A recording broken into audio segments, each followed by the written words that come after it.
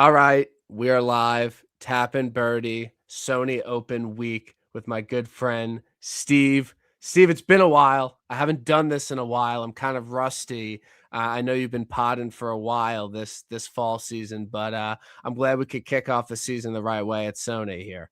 Yeah, I mean, we did an NFL show just every week just to keep things moving, keep the vocal cords nice and loose, still keep up our chemistry as well. But yes, I noticed though, getting more into, because we did the golf tournaments too, but like this is like really the big time, like big course preview, going through everything. Pressure is ramped up now to start hitting winners. So yeah, there's a little bit of butterflies, a little bit, like going into this week. And but it's good to be back talking to you. I think the last time we did this was, I think when I was on vacation, we did best majors, I believe. Yeah, we did best and worst majors of the last 10 years, I think. Yeah, we did. But it's nice going over an actual odds board with you. And yes, for sure. Yep. And I can tell you some good picks that maybe you like, and then maybe some picks that you think are just completely terrible, which I always bring one every year. This is a stinker for you. Yeah, I know that I, sometimes can be blunt with guests about, people they bet and telling them that's an awful bet, but I would like to hear it back too. Like that's the way I like to roll. If someone places a bad bet or someone I don't think is going to win, it probably bodes better for them to actually win the tournament. But I definitely have a couple guys that, I personally wouldn't put my money on, but I don't think are too bad a place. So I'm sure we'll get to that. I've zero doubt in my mind that we'll get to some good and bad plays this week. Yeah, for sure. I mean, and looking at the board too, I mean, like, it's not like, I mean, you got a couple like big stud names up the top here, but it's just your typical non-signature event where it's great. Who the hell knows what's going to happen? I mean, for God's sakes, rest in peace, rest his soul. Grayson Murray ends up winning a couple of years ago and breaks everybody's hearts. I don't know about you. This tournament has a lot of heartbreak and trauma. Yeah, for me. definitely. I feel the same exact way. Hayden Buckley and then Ben on back-to-back years was tough. Like true, you got me situation. Those back-to-back were tough. Nothing crazy last year. But yeah, this is, when we get to these short positional courses, anybody can win, and Scotty's on the field and anybody could win. So these weeks are great, to be completely honest. Like Sony Open, I think, is a bit of an underrated event. But before we get into a million things, first want to shout out ISN. We're super pumped for 2026. We have a yearly promo right now with code 2026 to sign up. It'll be the cheapest offer all year.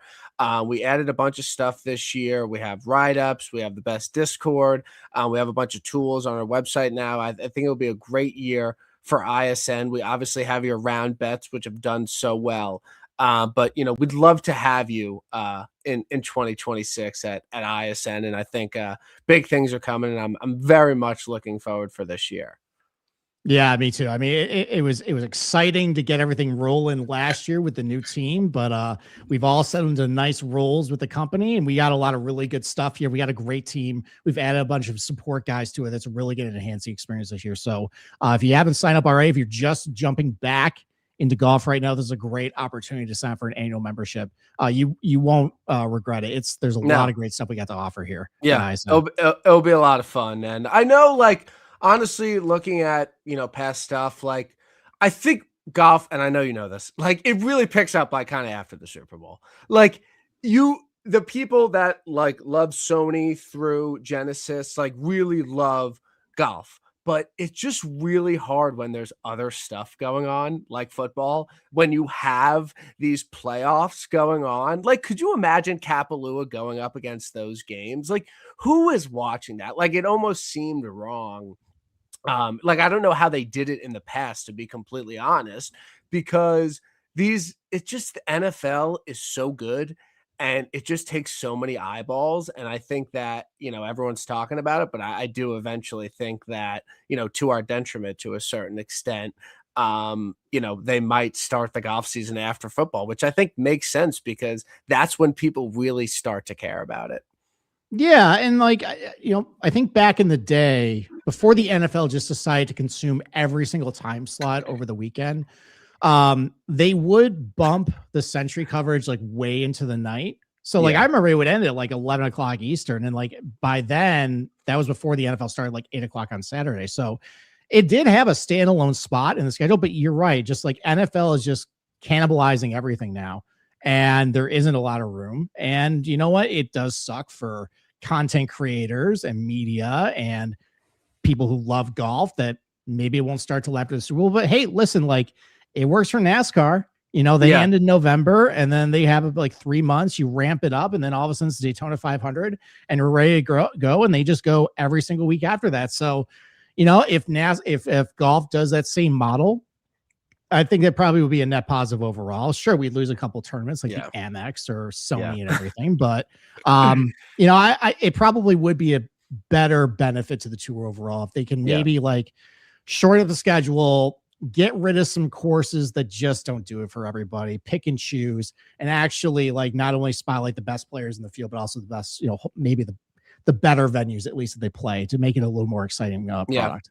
No, I agree. And I think the tour is going in a right direction. And I want to give two disclaimers right now. One, I haven't eaten in like 30 hours. I'm doing a 48-hour fast. Okay. I started last night. So I don't feel like 100%. Like I'm kind of all like, I'm just putting that disclaimer out. I haven't ate. I've never done a fast before, but we're feeling good. I'm really not that hungry, to be completely honest. And secondly, TIB 2026. I know people love picks and, you know, odds and everything like that. I like to talk about the game of professional golf.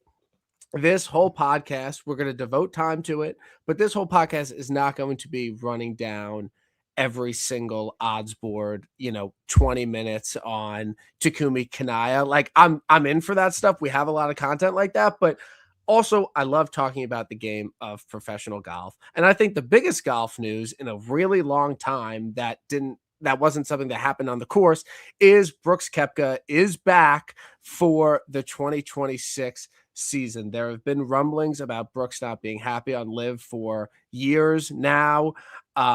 He, you know, a couple of weeks ago, you know, they said they're gonna, you know, amicably, you know, get rid of each other. I don't know the word, but that he's not going to be on LIV anymore. What did you think in that moment? I thought there was a chance that he was genuinely going to play like a couple events on the DP and play the majors, and that would be it. I wasn't really hopeful that he was going to be playing a full PGA Tour schedule. Well, based on, you know, some of the stuff that I saw in the Discord today about how players were completely unhappy with the decision of what happened. I thought the PGA Tour was going to be like before, where they're going to just listen to players, say, look, like there's a lot of butthurt feelings over there.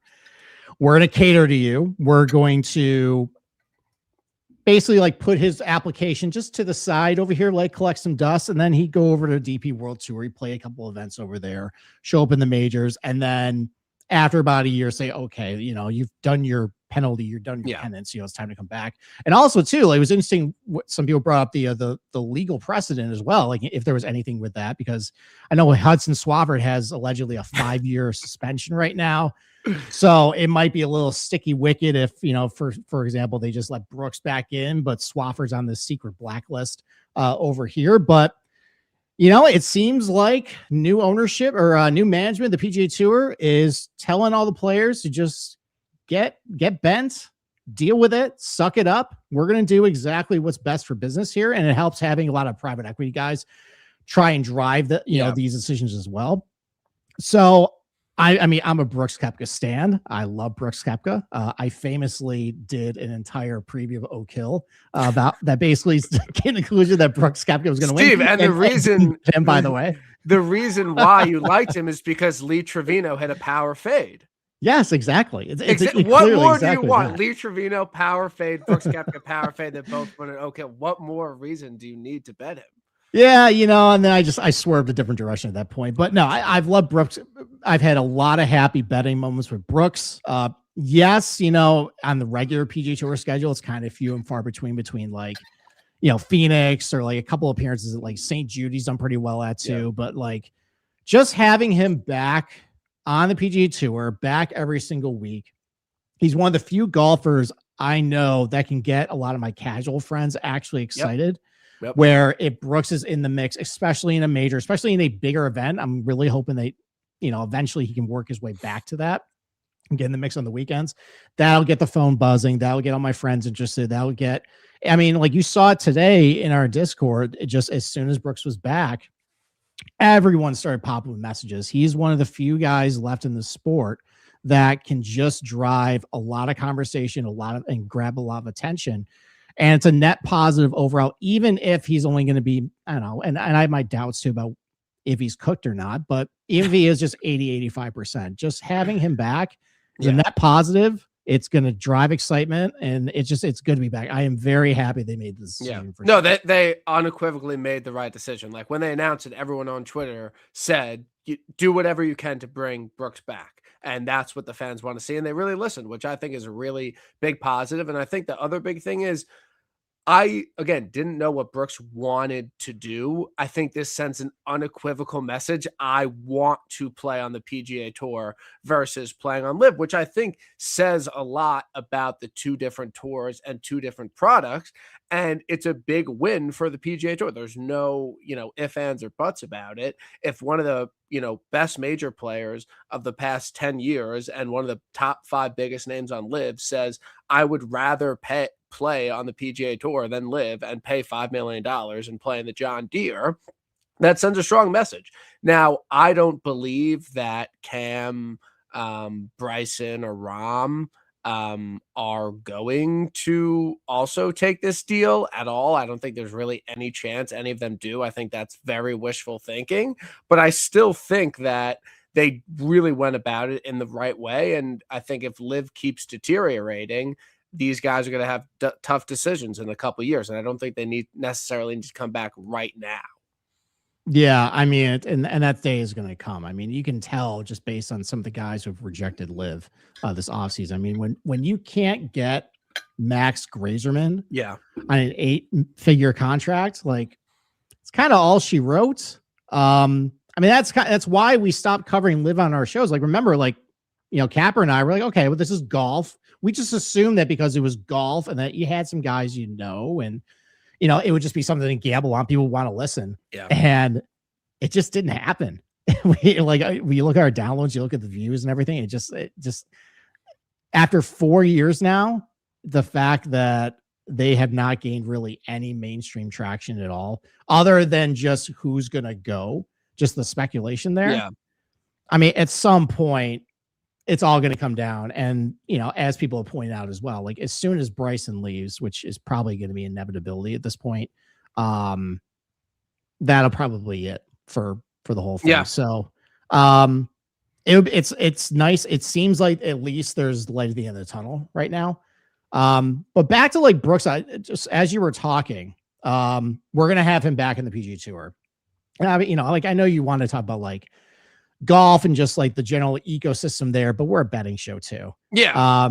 So he's going to play in a lot of like the lower, like non-signature events there. What events off the top of your mind, like other than like Phoenix, do you have like pegged as like, I want to bet Brooks this week? I have a couple in mind. Well, he designed Memorial Park. Okay, there you go. He was basically A.W. Tillinghast at Memorial Park. I mean, he designed the place. So yeah, I would like him at Memorial Park. I think that would be a good spot. I think Torrey, he's had a kind of a mixed bag. He's okay in the 2021, but I don't know. Like, I don't know if he's going to get into Memorial. Like, I don't know if he's going to get into these, like Bay Hill. Like, I don't know if he's going to be in on these. And I think the thing with Brooks to remember is that he was never a great PGA Tour player. Like, he was a great major player. He never popped every single week. He wasn't like Scotty Scheffler winning the CJ Cup, Byron Nelson by 8 shots. So I think that is interesting. I think generally I'm not as high on Brooks in 2026 as other people from a, golf ability, bet him at 30-1 perspective. Where do you net out on him? Like, would you bet him 35-1 at Waste, which I think will be his odds or something like that?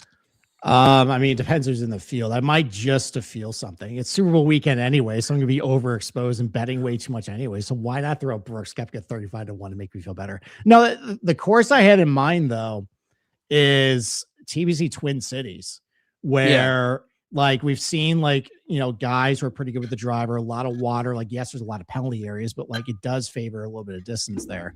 So, and that's kind of like a little bit, similar to like a Florida golf course where I would think, like Kepka's been pretty good at. So Twin Cities is one. He's had I think a couple of finishes. You think he's gonna play?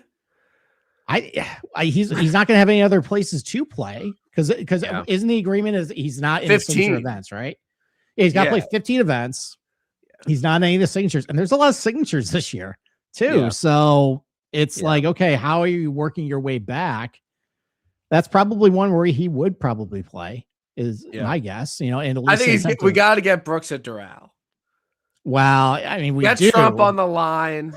It's his event. Maybe they will cave. Yes. I would like to see him at Doral. I think that could be. He has the experience from Live. I don't know what he did at those. That's kind of where my golf knowledge goes, is what Brooks Koepka did at Live Doral. But I still think I would like to see him at Doral.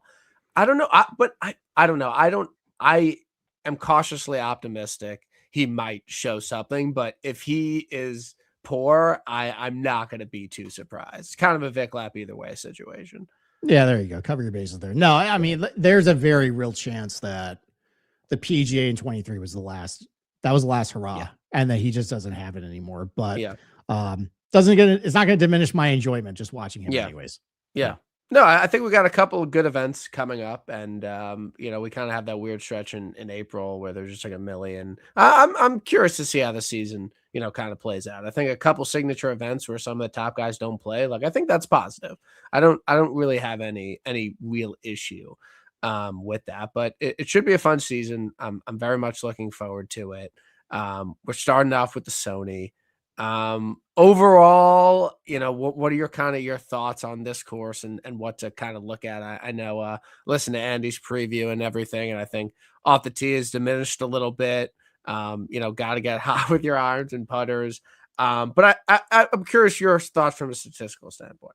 Yeah, I mean, and this is one where like I'm deep into the data golf and everything, and this is one of the least correlated golf courses as far as skill sets. Not much of a correlation as far as how far you hit it, how short you hit it, how accurate you are, or inaccurate you are. Ball striking, especially with the iron, seems like it's less predictable than other places just because there's, bigger greens, relatively flat, not a lot of penalty areas around these greens. So approach shots are not all that difficult. Can turn into a bit of a putting contest. That's one of the better ways to separate yourself in this field. So yeah, like it's no surprise when you like see like the names that win here. Yeah. So, especially too, we don't have any recent form. So this is a time where I'm basically just throwing out.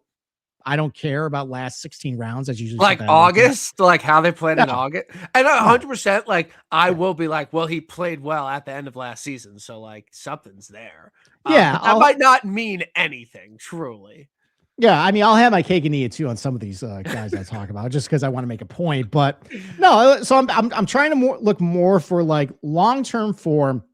I'm not looking at off the tee at all this week. Like, I don't really care. I think this is just a golf course where, I mean, we've seen guys where like your Russell Henley types do well here. And then you also see, your Steven Yeager YOLO, just, I'm going to hit driver everywhere and see what happens. And I made this point when we did our early show is that this golf course hasn't changed a whole lot. They haven't added a lot of yardage. And just as the ball goes farther and farther, it's way easier to just carry it over a lot of these dog legs that you used to and a lot of these bunkers. So that has, I think, kind of opened up an avenue for like good drivers like to do well here. Like the year that Grayson Murray won, like Keegan drove it really well. Ben On's a big bomber. Grayson Murray drove it pretty far. So like, it's definitely all over the place, but yeah, I'm basically just more looking for like guys who are pretty good between 100 and 200 yards, good Bermuda putters. Just looking at the leaderboards too, like it seems like just good putters do well here in general, or just, you got to have a hot flat stick. So like, I'm just, it's always tricky to rely on putting, but it's kind of what, I use as a little bit of compass, and just guys who are pretty good, just like these positional shorter courses, like your Colonials, Harbor Towns, Innisbrook. I look at a lot of that. Just like, okay, like not only are you good at Waialae, are you going to do you show up at a lot of these places that are like shorter tracks? And that kind of helped me find who I wanted to bet this week. I have a narrative. Okay. Do you want to hear it? Let's hear it. I look at three out of the last four winners Decky, Siwoo, and Nick Taylor. All three of them, in my opinion, are very volatile golfers, but when they get into contention, they can win. Mm-hmm. Like, I think there's something to that. Obviously, you want to have the ability to win every event.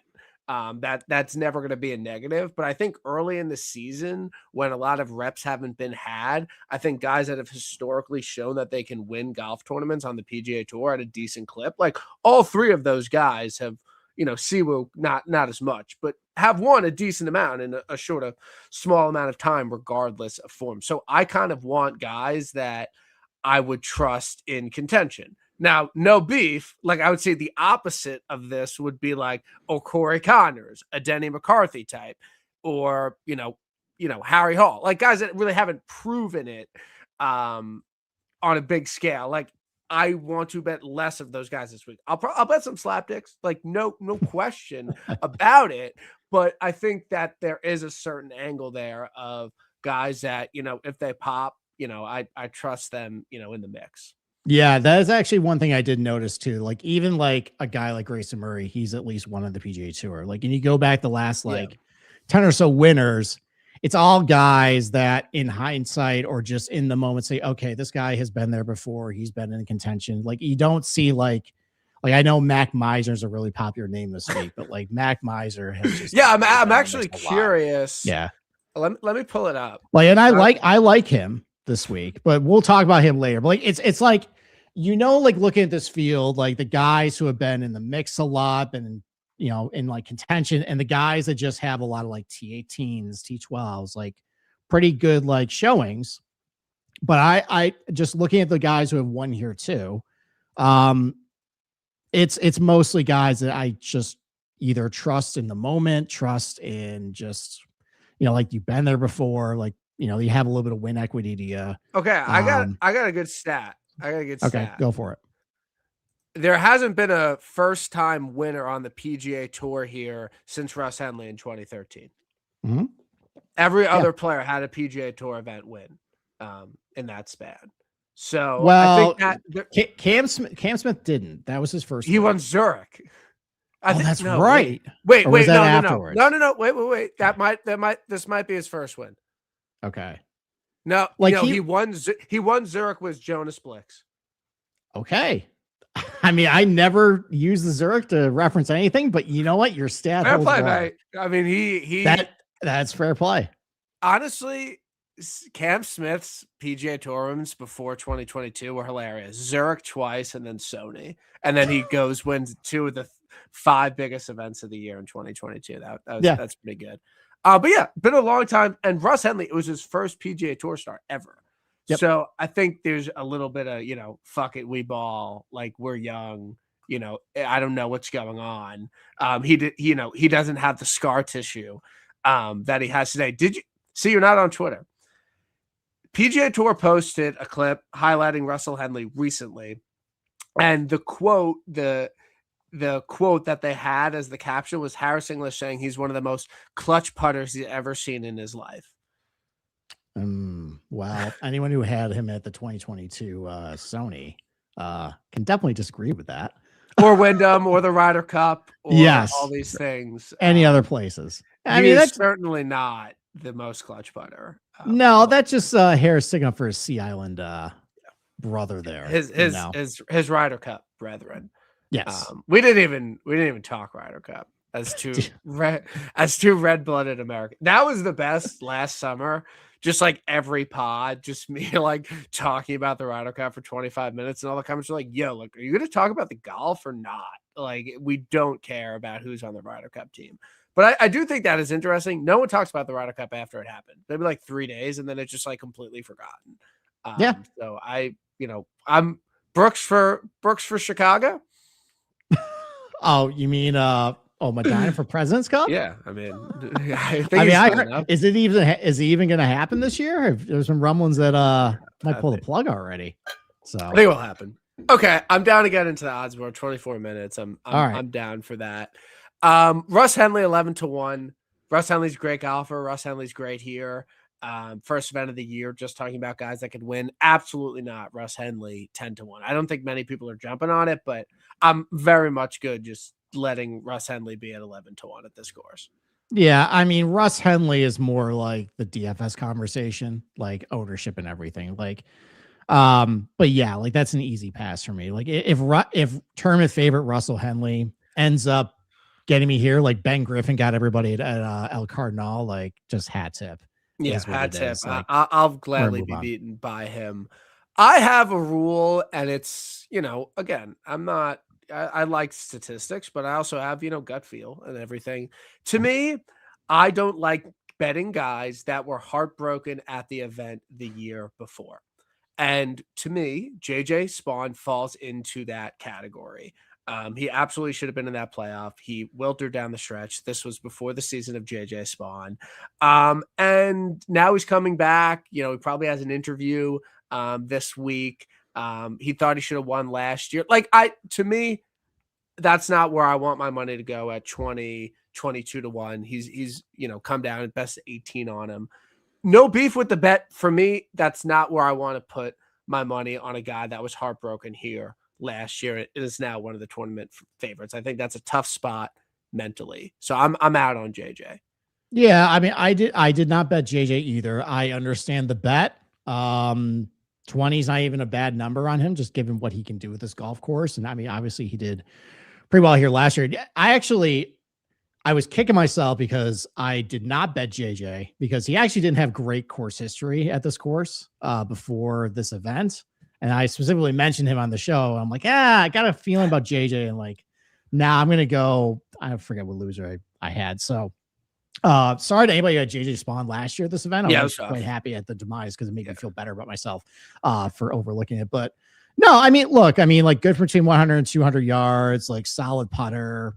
The third place finish here. So, I mean, you might fall into that narrative. I understand the narrative. That might fall more into okay, it's just hard to win golf tournaments. So yeah, maybe that's just the rationale you have in your head, but I get it though. I mean, there's pressure. These guys aren't completely isolated with everything. I think it's a mental thing. Pressure. I think it's a mental thing. Yeah. To a certain extent. And I'd love to look at a big database.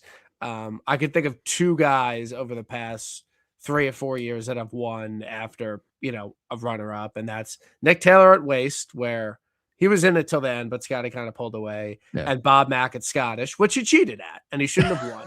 So, what do you want me to do? Hey, he shouldn't have won that event. But I'd love to see a larger data set on it, but I'm sticking to that this year until it blows up in my face, which I'm sure it will. Siwoo, past winner. I mean, I guess I wouldn't have blink in my eye if Siwoo was 28 this week and he's 20. So I don't feel great about it. Are you on him? No, I'm not on him. Okay. I mean, just the guys around here I kind of was looking at. What if just this is the time where Hideki just wins everything and just does that? He wins so sporadically. I don't see him going back to back. There was a period where he would win in bunches earlier in his career. And I guess that's when I first started betting on golf. I'd say okay, Hideki would win 2 wins and 8 starts or something. And I'm a little worried about that here, especially because it seems like the putter has definitely been I know we're not supposed to reference or not supposed to, but I'm not referencing short-term form, but at least towards the second half of last year, putter is starting to heat up a little bit.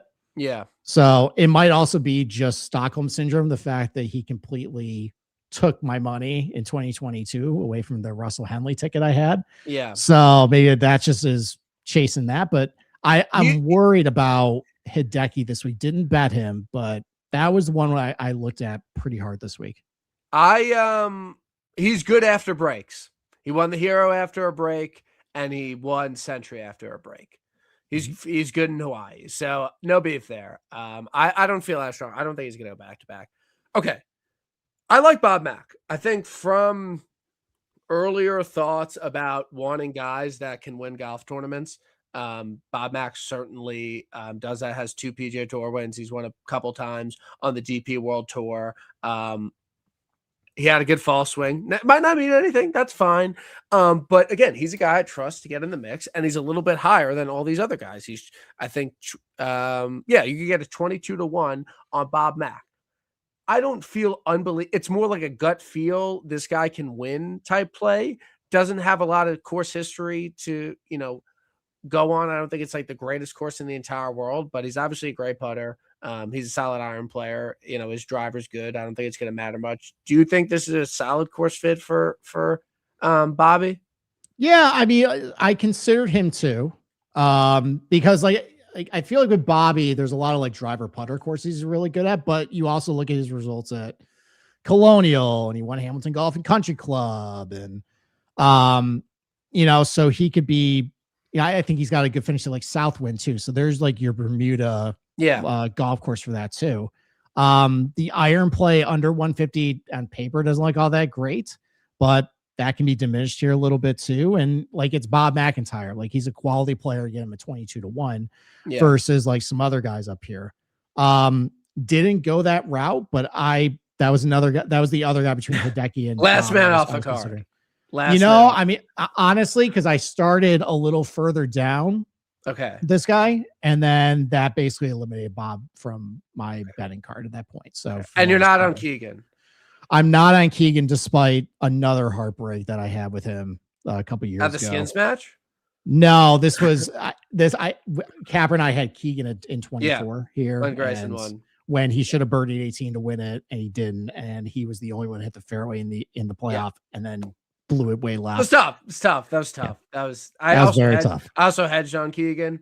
And I had been on that, lost a lot of money that week. Yeah. The dearly departed Ben on. Au revoir. Sorry. That's weird. I don't really get that, but no beef. I think that's totally. It's got to be the military thing. It's got to be he's staring that down and say like, all right, I can get $8 million right now, and like you're not coming back from that probably. Yeah, like KJ Choi did that famously, but everybody else who's done their military services, their career died pretty much. So all right, probably the reason. Who's the first guy you bet? All right, so this was an outlier price. He was much lower in other books, but we can say books on here, right? Like the name of it. Bet online had a 35 on Matt McNeely. Okay, and I bet that. It makes a lot of sense on paper. Oh, this is going to torture you because you love Mav. Mav. You're Mav guy. All right, then I'm going to make the case for Mav. So good on shorter courses. Obviously, he won RSM. Good at Harbor Town. You see some guys do pretty well here. Good at Valero. He had a third place finish there. Really good between 100 and 200 yards. Some solid iron numbers on him. Good Bermuda putter too. Got a top 10 here as well. He's hung around like at least with the top of the board here, some good names, and he's definitely been in the mix at a couple events last year where he popped. So I know he can actually like get up there at the top of the leaderboard. He's a little bit volatile too. Like you saw him at, I think what event he showed up at what, Banky, Utah. And I think he was the big favorite. And he just completely bombed out, but he's also a guy who can have some pretty high ceiling weeks as well. And now he's got a win under his belt. I know he can win this thing. And that was a guy that just made a lot of sense on paper. And it was 35. It was much lower than everybody else. So I bet Matt McNeely. Yeah, that hurts. I could bet him. I've only placed 2 bets so far. So I could bet him. I like that case. I like that case for Mav. It makes sense. I love Mav. Again, it was that runner up at Torrey Pines that really hurt me. And you want to be on a guy after he breaks your heart like that. So that's something to consider. I definitely have some thoughts about it. Nick Taylor won last year. He's dead. Aaron Rye, vacuum, good course, can't win. Harry Hall. He hasn't won. Hasn't won on the PGA Tour. No, he has. He won the ISCO. God damn it, I suck. Oh no, you're willing this into existence right now. That's bad. That's bad of me. I mean, look, like 33 to 35 to 1, 30 to 1, Harry Hall. Like I can't do that. Okay. Like he rated out really well for me. You could drive it wherever, irons and putter. You can. There might be a little bit of weather this week with the wind where I'm concerned it doesn't turn quite into a putting contest as much as maybe some other years, but like I built my model with just like boosting a lot of putters, and he did pretty well there. But I just with some of the other names around him, I passed. So sorry to some no, but people I that wasn't might coming not on like here that. like trying to get you to bet Harry Hall. I was just asking the question. I hope you are on this golfer with me. I think you will be. If I had to bet, I would say you're on Chris Kirk. Are you on Chris Kirk? I'm not. I'm on another guy What? similar to him. How would you not be on Chris Kirk? I love Chris Kirk this week. I got him highlighted. He's won after a long delay before. He's won Century after a long layoff. So I like that. He likes Hawaii. He does well in Hawaii. I like that for him. Again, I said it was meaningless. Who played some good golf at the end of last season. He's not completely in the wilderness. Like, he had some good results. Didn't play well at RSM, but the irons were good. That's, close enough. But ended the season well, and I think if he could get the putter dialed, he's won in Hawaii before. Like, I like Chris Kirk. I bet him 40-1. He's another guy. Here's a guy. He could pop. He could win. I mean, he's won twice since 2023. 2023. I mean, that's more than Cantlay. That's more than Colin. That's more than a lot of guys. So I don't hate that at all. Chris Kirk 40-1. I feel good about it. I thought you'd be on him. But who is your comparable guy to Chris Kirk? No, it's a solid bet, and they're right next to each other in my spreadsheet. Like, his iron play has been really good. He's been good at this course. Like, he's good in the comp course. It's fine. Like, I picked another player similar to him, similar age, like shorter hitter, but decent Hawaii history, decent some of these shorter tracks. Was hitting his irons pretty well towards the second half of the year. Just shows up these shorter courses. I bet Brian Harman at 50. Okay, I'm not opposed to Harman. I sent the text to Ryan before, Ryan Kellogg, as you met. What do you think of Harman this week? So I'm fishing in the same ponds. Yeah, I mean, it's basically, if you like Chris Kirk, you like Brian Harman. I guess I only had room for one of those guys on my card this week. Yeah, having to be the much shorter version of him. So you're not on Connors? No, I didn't bet Connors. So you really peppered the board. What do you mean I peppered the board? If your card's starting at like 35. Yeah, I got 8 guys on the card. So so Mab was the only guy under 50. And then it was everybody else goes from 50 all the way to 125. So I got 8 guys on the card. Okay. So to me, Nico Etch is dead. He's not. I feel good. Like, he has a lot of things going for him that I declare people dead. One, he lost in a playoff last year. Like, that's immediate write-off. Like, I'm sorry. For all the reasons I said about Spawn, it's very tough to come back from that. Second, he's going to be most tipped. Everyone's on Nico this week. I'm in on Nico long-term, vacuum type stuff. This week, I don't like him coming to a place where he has some heartbreak. So I'm not on Nico. Are you on Nico? No, I'm not on Nico, because your little voice in my head was like, yeah, like he's dead already. So I don't even have to click that. I think I was on it. I think I was on it RSM as well. But no, I chose this time to. I was on RSM too. One of the worst beats of my life. Really? You didn't have volley? Everyone had volley maki that week. You didn't have volley maki? It's tough, man. It's tough. It is tough. It's all right. You know what? No, like, you only strike when it's the Steven Fisks of the world. I literally have hit one outright since October 2024. Yeah, but that's a legendary hit, though. Steven Fisk, who I didn't even know who that was, to be that was completely probably honest. the least deserved outright I've ever hit in my life, but it won. And I'm off the mat. Like, no one even texts me anymore like, oh, you haven't hit an outright since JT posted Shriners. So I feel good. I feel like I'm good on even number years. Odd number years, I don't do well. But we're going to try and keep some of the money in our pocket this year. Maybe get some early winners, get the expectations off me, and then we can really go. Kirk Hitayama, Adam Scott, Spieth, Hoey, Berger, Keith Mitchell, Goddard, Kiefer. Any of those you like?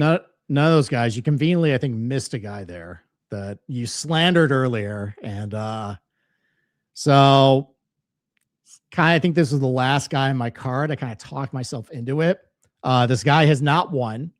he is a loser, a bona fide loser. He has lost in spectacular ways, but he's pretty good between 150 and 200. He's a good Bermuda putter. He's pretty good here and some other shorter courses. And just based on what he's done in his career and how he's gotten in the mix and where he's gotten in the mix, I think a PGA Tour win eventually will happen for him. Are you talking about Rico Hoey?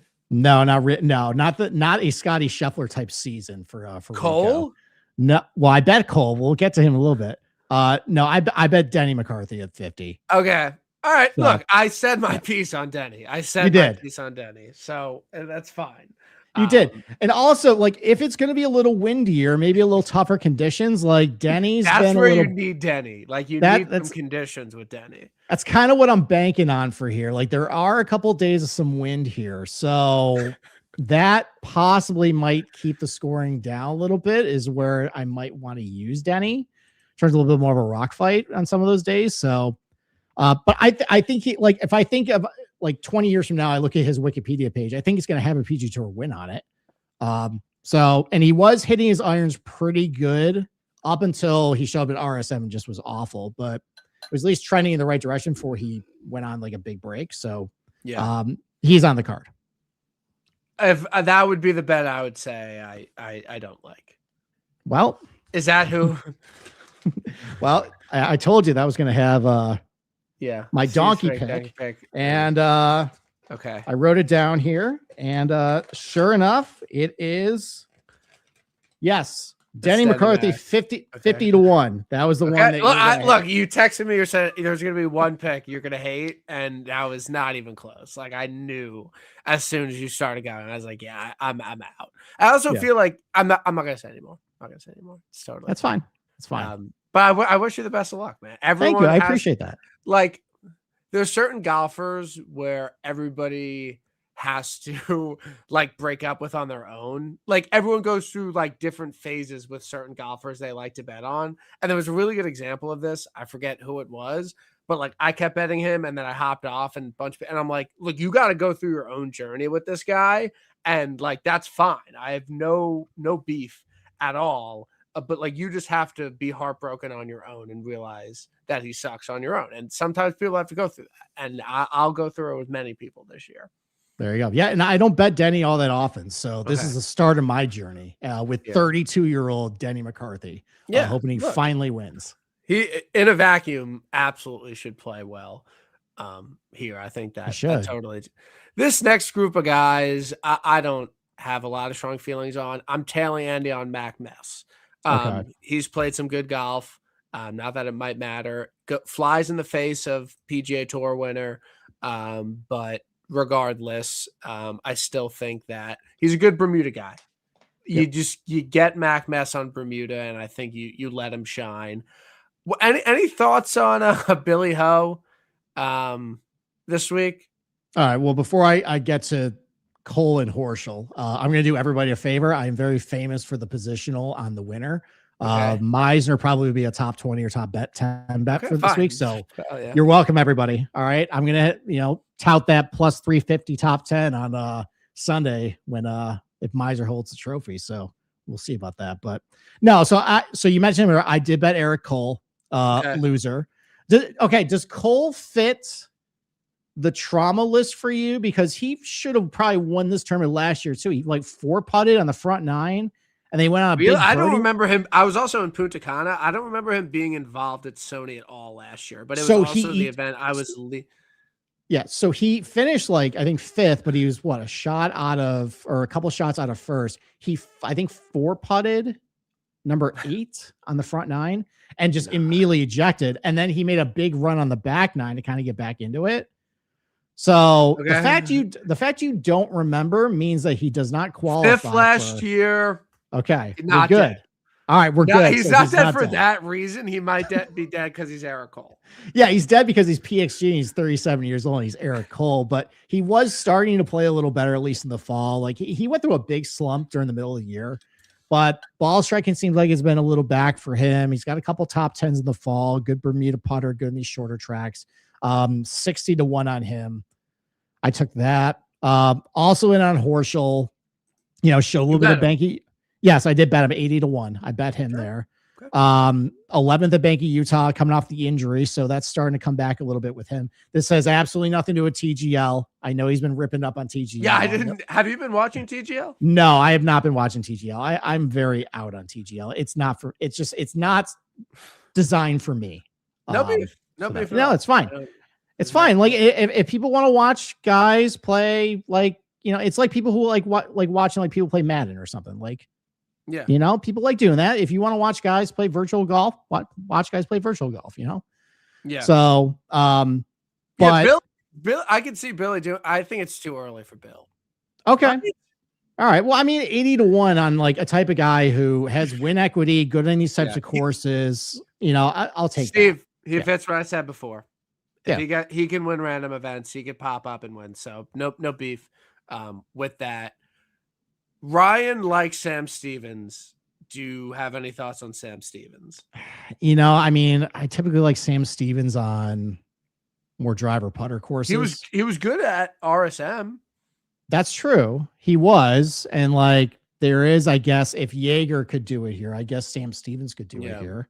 I don't that's not bad. I don't feel strongly about it. Maybe someone, I bet.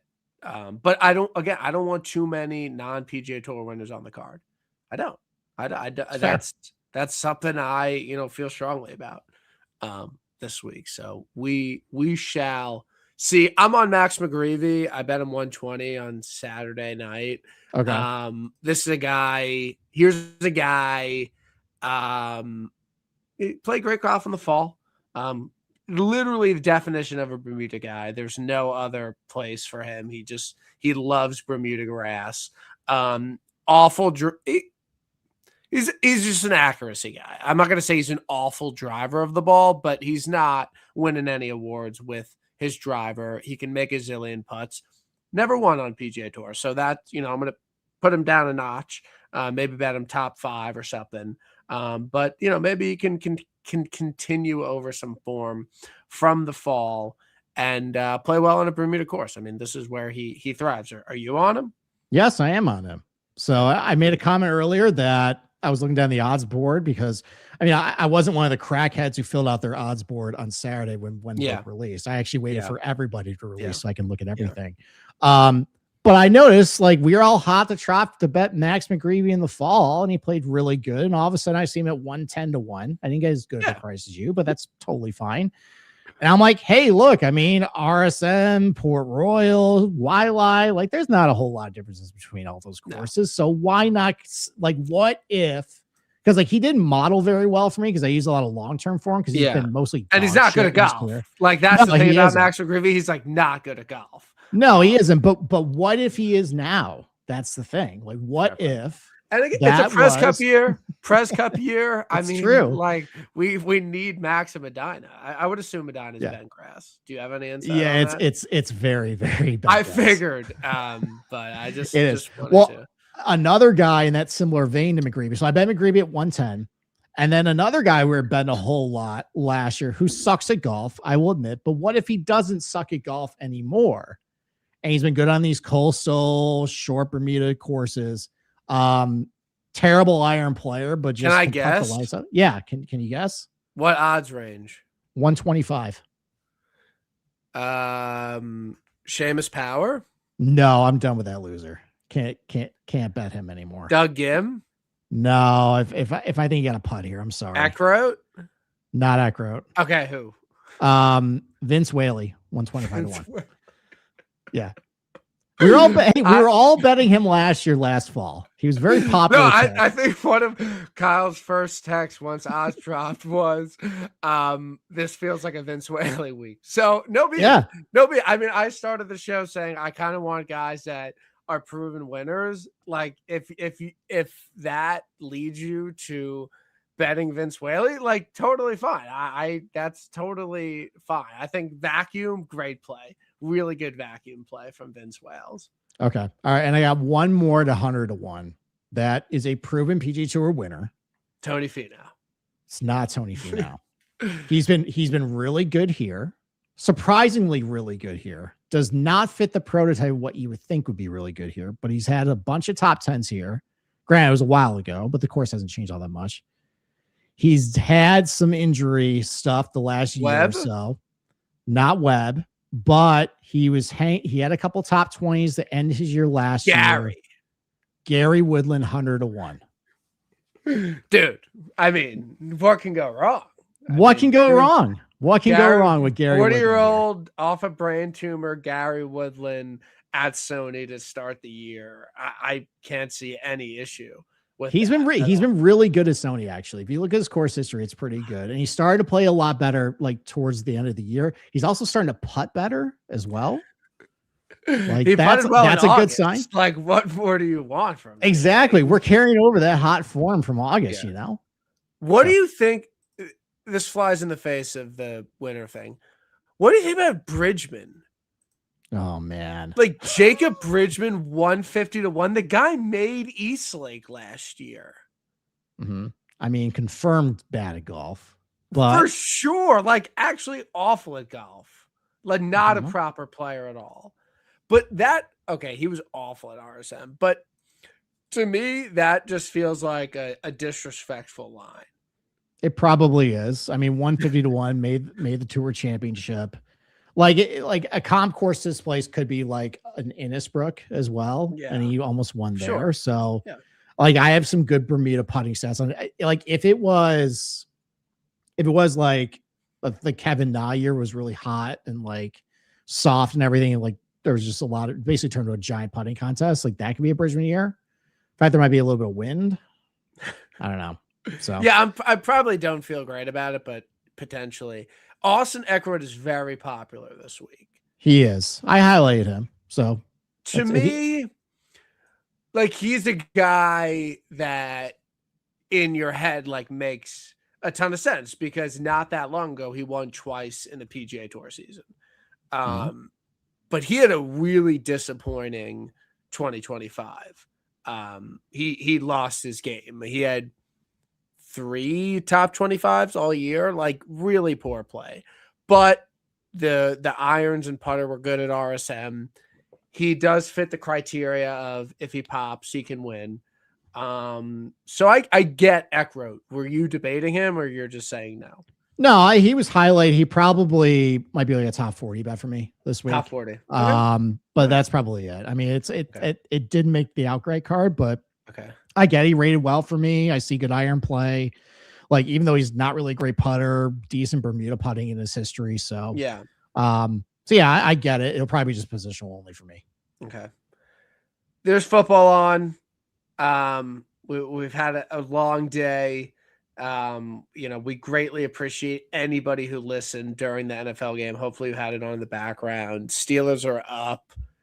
Okay. Ooh. Texans scored. I bet the Texans. Come on. So they're up 4. We'll see. But I'm not betting as much. If you stayed till the end of the show, my offer was accepted on a condo. So we're going to be moving out. So I can't be betting as much. Straight up, no first round leaders this year. We're betting to win like $1,000, like about $100 a week, $120 a week. That's all I can afford. I'm going to have a mortgage soon. I can't do it. I can't do it anymore. So we shall see. Did the Steelers score? I don't know. Anyway, we'll be back next week for the Amex. We'll have Tom and Marty's on. Larry, ISN Discord lover. See, like it's weird because do you get Larry because he is such a personality on Twitter? I feel like the fact that you haven't seen his Twitter, like you might not get him. I mean, I get enough of him in Discord that I understand, what he's all about. No, he's a good guy. He's a sharp guy too. I would, like, and you're both Western New York guys. Exactly. He's a Binghamton guy. Yeah. Binghamton guy. He's a SUNY guy. Yeah. So I would pay money for you to just go through his Twitter. Like I really would. Like I think he would be like just like his highlights. Like I think that would be really great. But we'll see you next week. We greatly appreciate you listening during NFL. I'm excited for your pod tomorrow with Capra. I hope you guys have some guests on this year. I know you talked about it in the meeting, so I hope to maybe join you guys at one point this year if you could make it work. Absolutely. I mean, he used to be a mainstay on our major pod, so that seat's technically still open right there. Yeah. So, we'll see about that. Okay. Everyone have a great night. Go Texans, and we will see you next week.